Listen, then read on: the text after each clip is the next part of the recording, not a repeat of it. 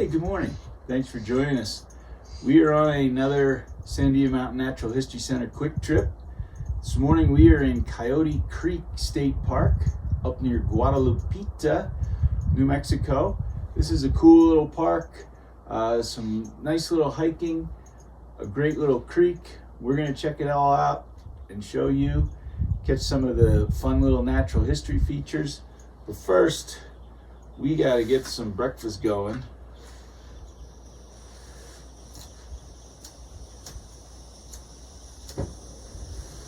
So stay tuned.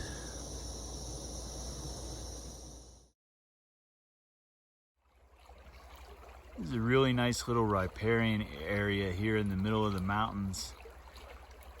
Used to be good beaver habitat, and it probably still is good habitat, but there used to be a bunch of beavers that lived here. We used to teach here quite often.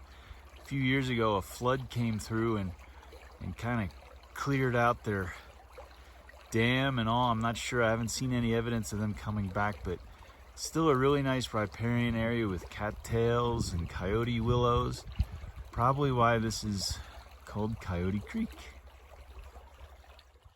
don't know if I've ever mentioned it before, but only 2% of New Mexico is covered in water. That's one of the reasons why we get so excited in these videos when we see water. And the other cool part about that is a huge majority of animals live within just a short distance of that water. So finding water means finding wildlife.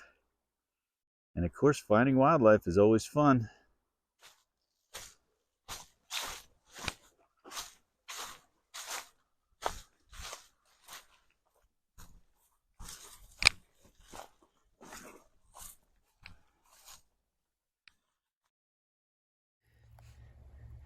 I'm kind of glad I didn't see this last night. So here's some bear scat, and it has a lot of acorns in it. Then if we pan over here, here's some bear scat, and this one looks like it had some sort of fruit or something, but this one is much more fresh. So I think as I continue my hike through those willows, I think I'm gonna make a little bit more noise.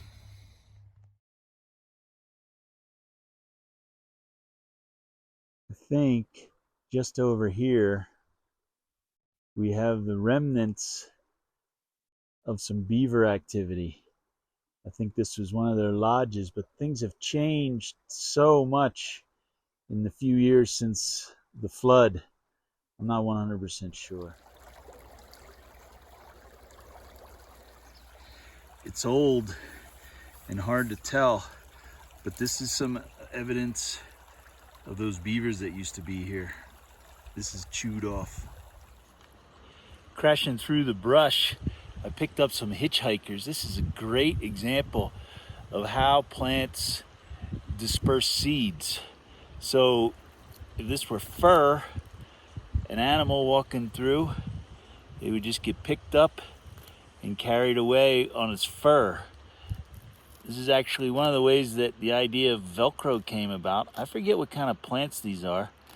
The best way to get them off, or one of the best ways, is to use your multi-tool and just try and pick them off.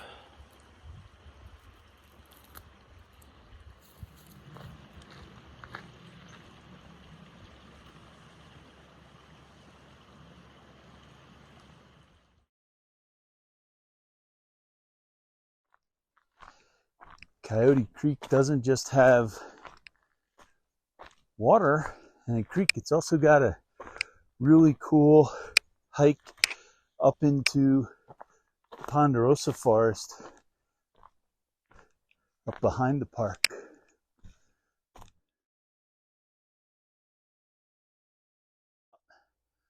One of the questions we get the most is, what's the difference between lichen, that is this light green stuff, and moss, this dark green stuff?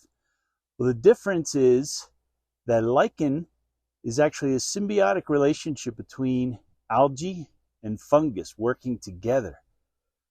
Moss is a straight up plant. It's a producer. It's going through photosynthesis. The cool thing is both of them can go dormant, but the biggest difference is moss is a plant.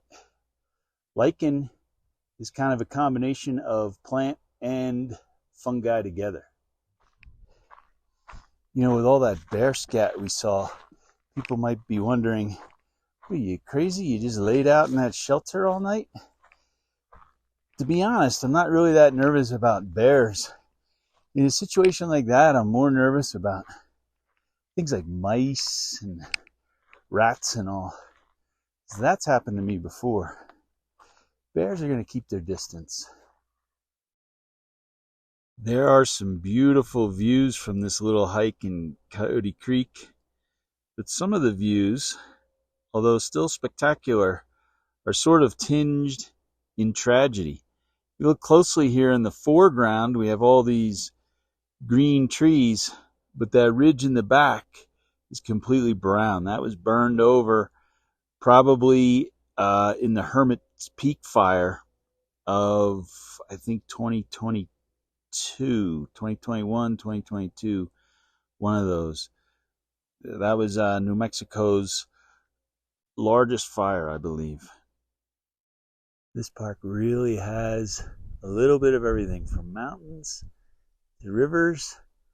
There's even some grassy meadows. When you have a diversity of habitats, you're going to have a diversity of animals as well.